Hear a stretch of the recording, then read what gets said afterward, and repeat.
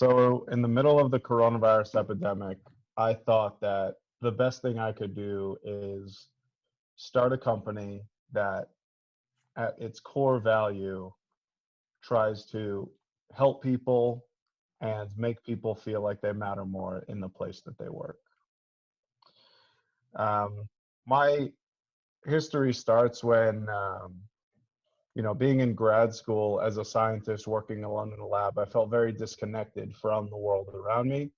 And even though the world needs basic energy science research, looking at atoms and how they dance with other atoms, it's not something that I personally felt like was having an impact on the world around me. I quickly realized that I needed to be working with people, helping people with their problems, and feeling like I could guide people to success. It's something that I currently get great joy with today with leading men's groups, giving advice to people over LinkedIn, and also when I was working for a company, talking to people about the struggles they were facing. I learned a lot from talking to these people about the struggles they had.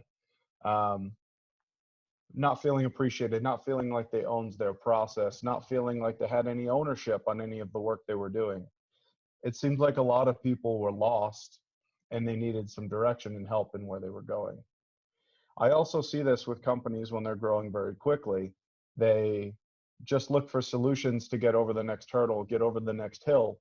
But as soon as they get halfway up the hill, there's a bigger hill they see behind it, and they're asking you to work harder, work harder, work harder. My goal in my industry and my company is to help these businesses create sustainable process that helps people feel like they own something, helps people use the best versions of themselves, helps people feel heard, but then also puts responsibility on everyone so that they have the ownership of what they're doing and they're fully accountable for how they go through it. These are some of the values that I have in my company. Boundaries, so people know exactly what they need to do. Accountability, so that when you make those boundaries, people are held to them. Clarity, so that anytime you have a message, it's very, very clear on what needs to be done. Inclusivity and humility, such that anybody in your company, no matter what their education, title, background, has good ideas and has the ability to give you something. Maybe it's not the $1 million idea, but maybe it's the 50-cent idea that invests in 10 years to $1 million. It's extremely important that people in your company feel valued, not necessarily in terms of stakeholders or shareholders, but the sense that they're contributing if they want to contribute, or you know exactly what each person in the company wants and how they can contribute, to come up with more of a team so that everybody can rise together and be essentially happy at work. And then when you get those kinds of values instilled in people, that's when I truly believe a company can flourish. Yeah, I'll stop there. Thank you, Anthony, for your lovely story. All right, so what are some things that he should hold on to that made the story really powerful? Go ahead, Milo. I'm just going to unmute myself for this. So first of all, I want to say that last week, your story literally just impacted me so much that I based my entire story this time on how you told your story last week, which was amazing.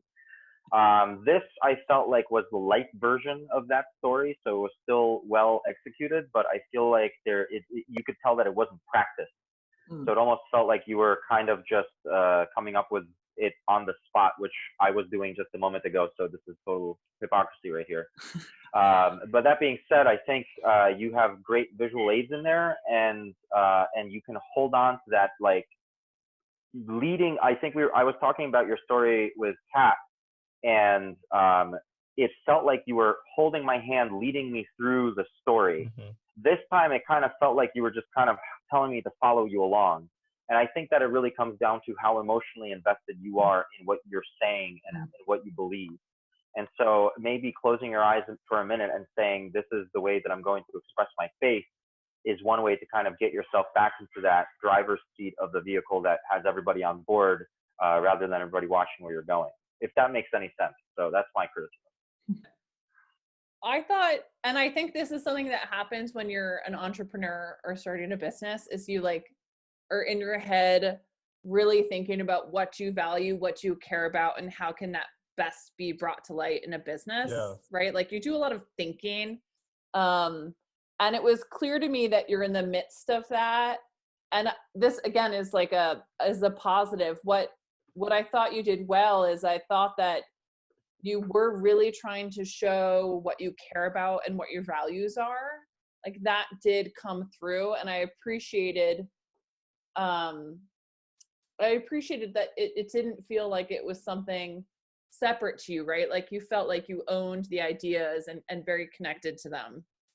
So I thought that was well done. Yeah. Yeah. Yeah, thank you for Go recording ahead, this, 'cause I'm probably gonna try to steal it.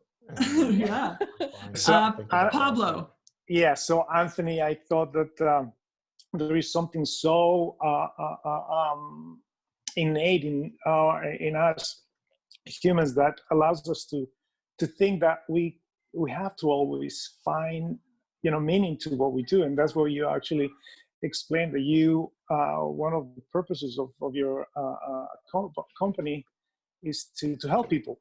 I do exactly the same thing, and I believe each one of us do that, and that's actually something very precious to point out, because that's something very innate that we have, and it's part of a beautiful story that it should be add on at some level. And I have my own story after it's my turn. All right, what about opportunities for Anthony? What are some things that he could do? Go ahead, Sarah.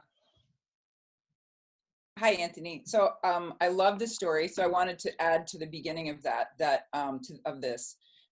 what I love about and what you should keep is and know is really valuable. And both Kara and Milo stated it, that you are, in maybe a bit different way, but you are following your passion, and that's amazing.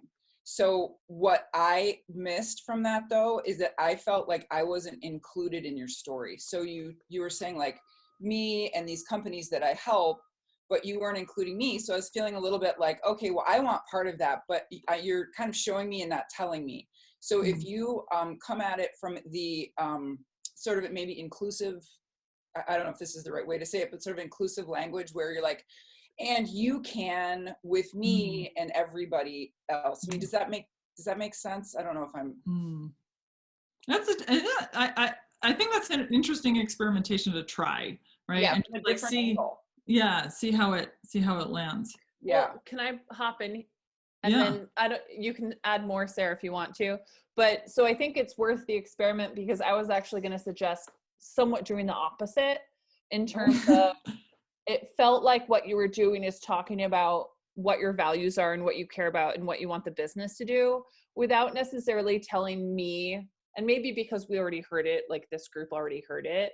But I think the trick is to weave in some of that of your own actual personal experience with more detail into the build of this. And like, this is why I care about this, because I am so personally connected to it. And you can visualize it because I'm telling you of a specific moment or moments where when companies don't do this well, it really had this negative impact on me. So in some ways, again, it's about weaving in the earlier story we heard or other elements of your previous experience with the ideas here. And then to Sarah's point, perhaps it's then land it to the, where you're interacting with the universe outside. Mm-hmm.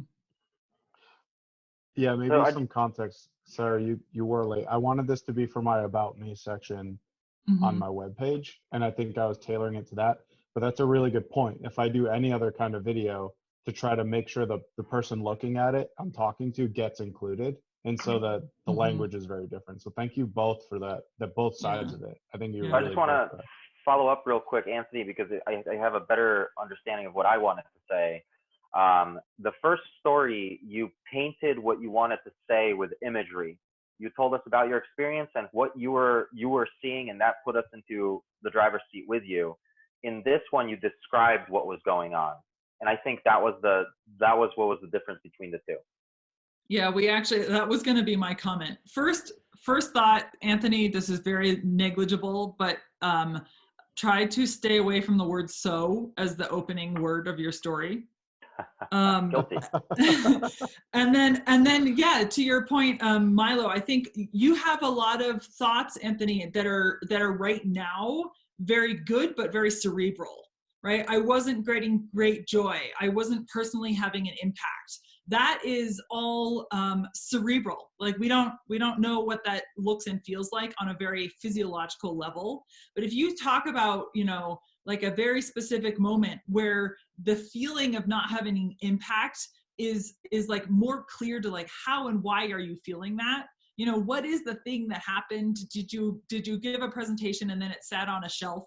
Did you, you know, like what is it that you did that became unimpactful? And then physiologically, how did that feel? Right? Like, did you go home deflated, you know, like, oh, every day there's just, you know, like whatever, like get us more into the experience of it rather than just talking cerebrally. And you can play with that as an experiment. You can play with that with all of your values. Each value can be a story, right? What is value? What does it mean to have boundaries? What does it mean to have clarity? And what does it look like very specifically so that we can feel it?